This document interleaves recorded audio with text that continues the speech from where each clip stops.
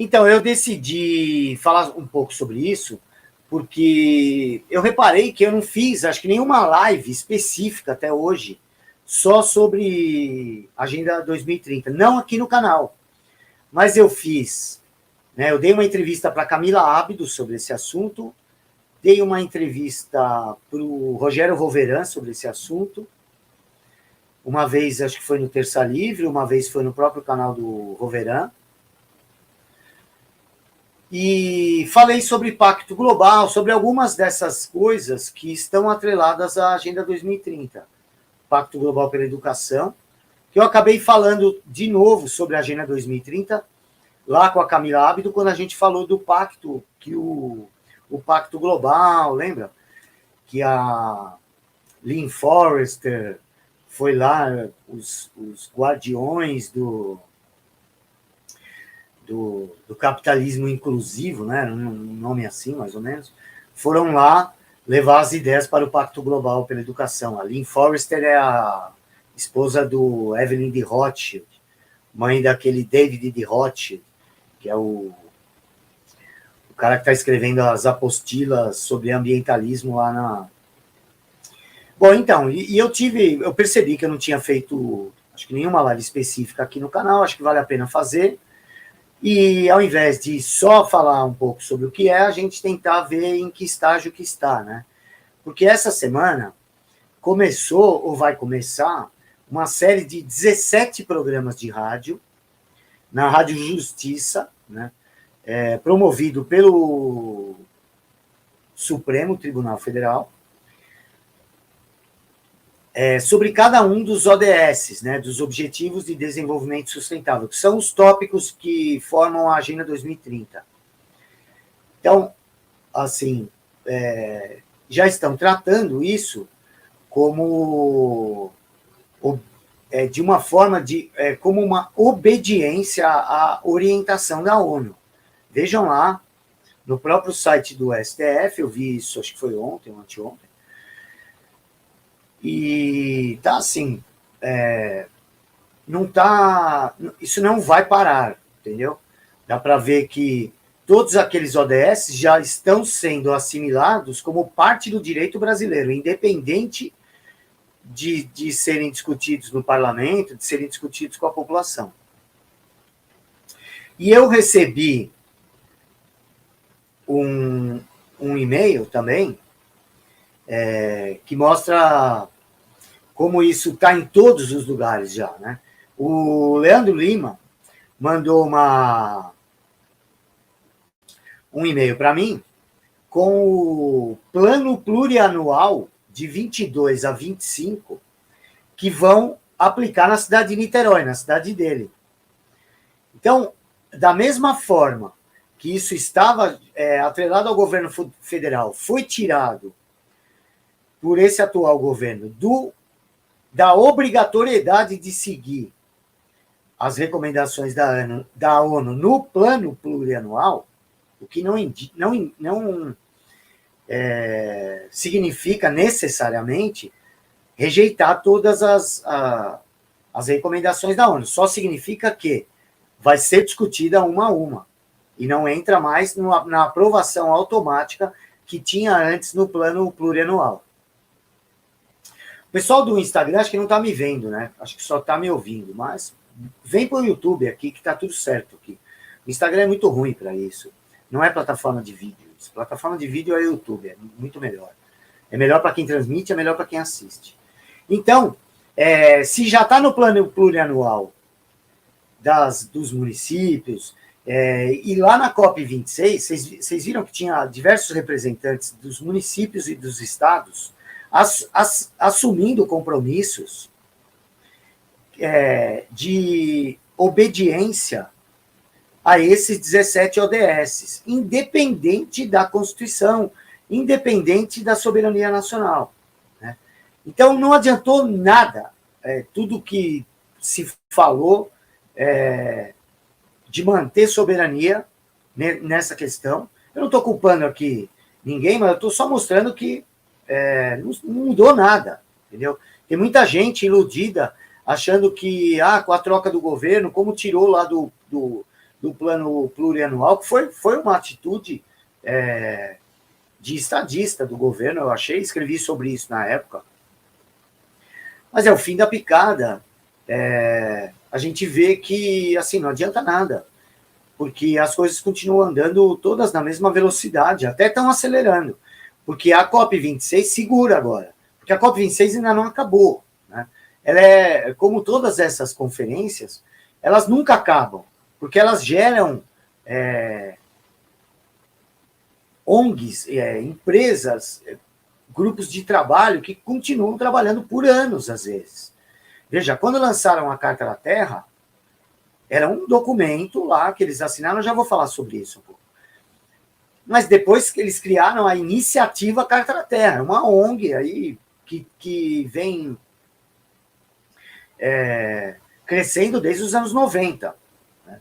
Então, a COP26 será a mesma coisa.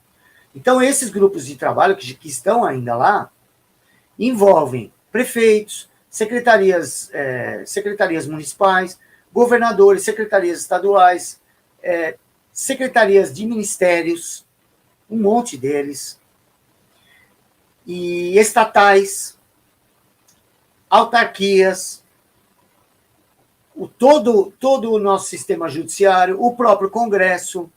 Né? Então, a gente está vendo, por isso que eu coloquei aí, é um trem, meu, entendeu? Não está ainda acelerando, né? Mas eu quero fazer um passo atrás, porque aqui a gente tem a mamadeira de Red Pill, que a gente nunca deixa de lado. A gente passou para o copo de Red Pill, né? Opa, 510 pessoas aí, 509 para ser exato, muito obrigado. A gente tem o copo de Red Pill, mas a gente não esqueceu a mamadeira. Então a gente tem que lembrar sempre disso. Então, é importante ver a origem dessas coisas, né? Porque tudo isso, a Agenda 2030 não surgiu do nada. Não foi algo que as pessoas pediram. Não foi algo assim. Não foi algo que os parlamentos, né, composto por representantes populares, pensaram, olha, eu vou, representando o voto que eu recebi, eu vou tomar essa atitude e promover essa lei ou fazer essa iniciativa. Nada disso. Foi ao contrário. Isso foi sendo discutido em lugares reservados, onde apenas um grupo de pessoas sabia o que estava sendo discutido e não se importavam mesmo com a opinião das pessoas.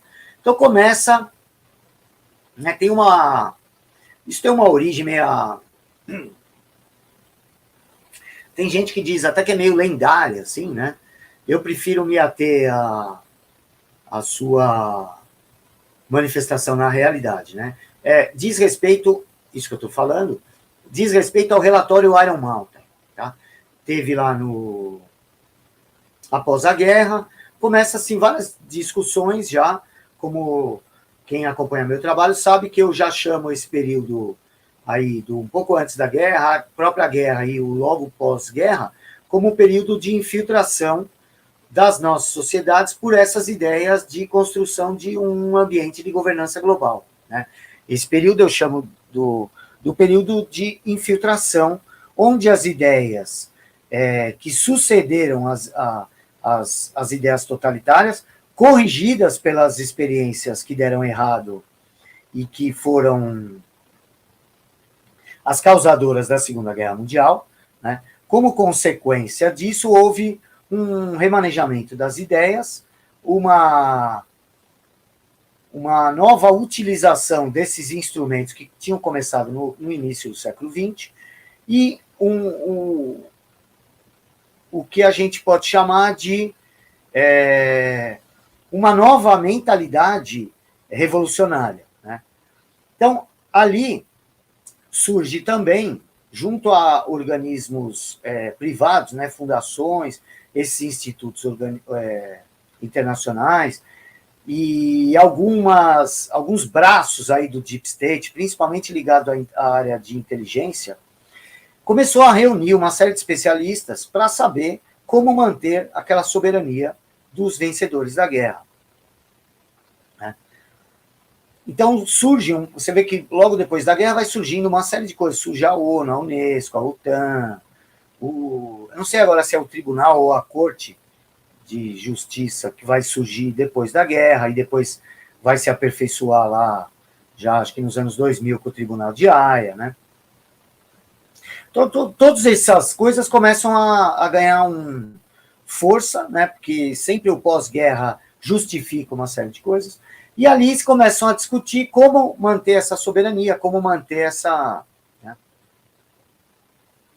Aquela posição hegemônica, né? Deixa eu só fazer um intervalo para agradecer e para lembrar que eu esqueço sempre, né? Você pode se tornar membro do canal. Entrou agora hoje 2 membros aqui, acho que foi o Celso e a Cândida aqui se tornou membro do canal. Então você pode se tornar membro, tem 4 opções aí, tá bom? E se você quer colaborar, destacar o seu comentário, você pode mandar o superchat também. Todos os superchats serão lidos, tá bom? Depois eu vou ler os comentários de todo mundo. Estou vendo que meus 2 amigos aí do PH Vox estão por aí. Um forte abraço para eles, Paulo Henrique e Ivan Kleber. O MS Daniel também é outro que está sempre aqui falando que veio do PH Vox. Todos nós viemos do PH Vox. Então, essa ideia do relatório Iron Mountain é o resultado, né? O relatório Iron Mountain seria o resultado dessas discussões.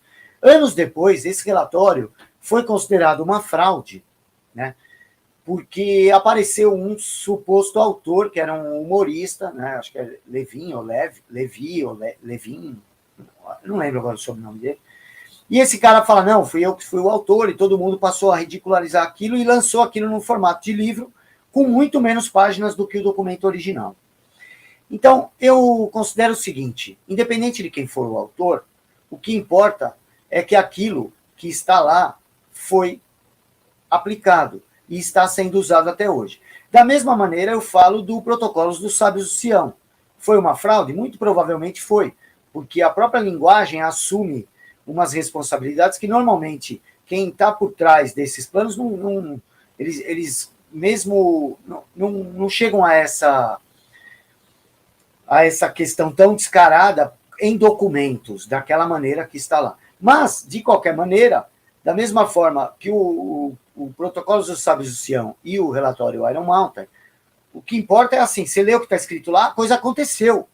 E como ele foi escrito antes, você fala, bom, não é melhor a gente prestar atenção e não se apegar tanto a essa questão do autoral? É a mesma coisa eu penso para esses 2 documentos. E o relatório Iron Mountain dizia o quê? Dizia que precisava de um inimigo externo. E o inimigo externo, para poder ser algo global, tinha que ser ou alienígenas, ou o próprio meio ambiente, a própria natureza, o próprio planeta. Né? Então, como teste de como aplicar aquelas ideias e transformar a mentalidade das pessoas, eles usaram o tabagismo. É o que está lá no relatório.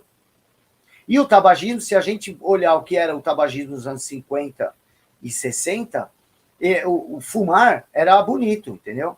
Era charmoso.